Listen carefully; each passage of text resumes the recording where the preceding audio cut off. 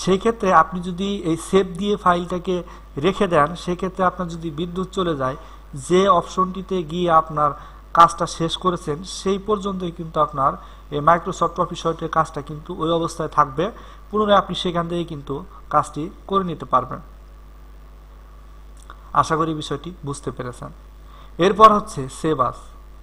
Save আসটি হচ্ছে একটি ফাইলকে দুটি স্থানে ভিন্ন নামে ভিন্নভাবে আপনি সেভ করে রাখতে পারবেন। সেটির কাজ হচ্ছে মূলত আপনার এই সেভ আসের মাধ্যমে। এরপর হচ্ছে প্রিন্ট। আপনারা প্রিন্টের সাথে অনেকেই পরিচিত।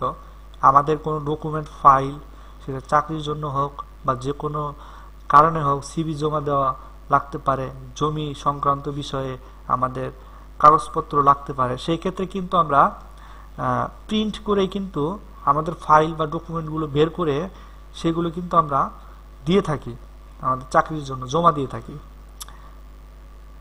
এই জমা দেওয়ার জন্য যে ফাইলগুলো আমরা প্রিন্ট করি, সেই প্রিন্ট করার মূল মাধ্যমটা হচ্ছে এই প্রিন্ট অপশনটি।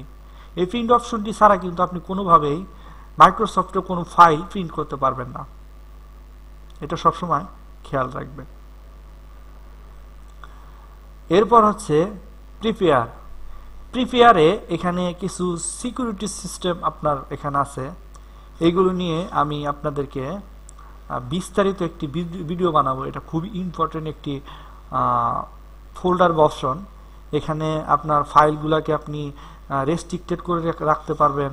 আপনার ফাইলগুলো যাতে কেউ ওপেন না করতে পারে, আপনি সেটাকে পাসওয়ার্ড দিয়ে আপনি করতে পারেন, সিকিউরিটি সিস্টেম করে নিতে পারেন। এখানে বিভিন্ন কাজ আছে যেগুলো আপনাদেরকে দেখাইতে গেলে অনেক সময় লাগবে। এই জন্য আজকে আমি আপনাদেরকে এগুলো দেখাবো না।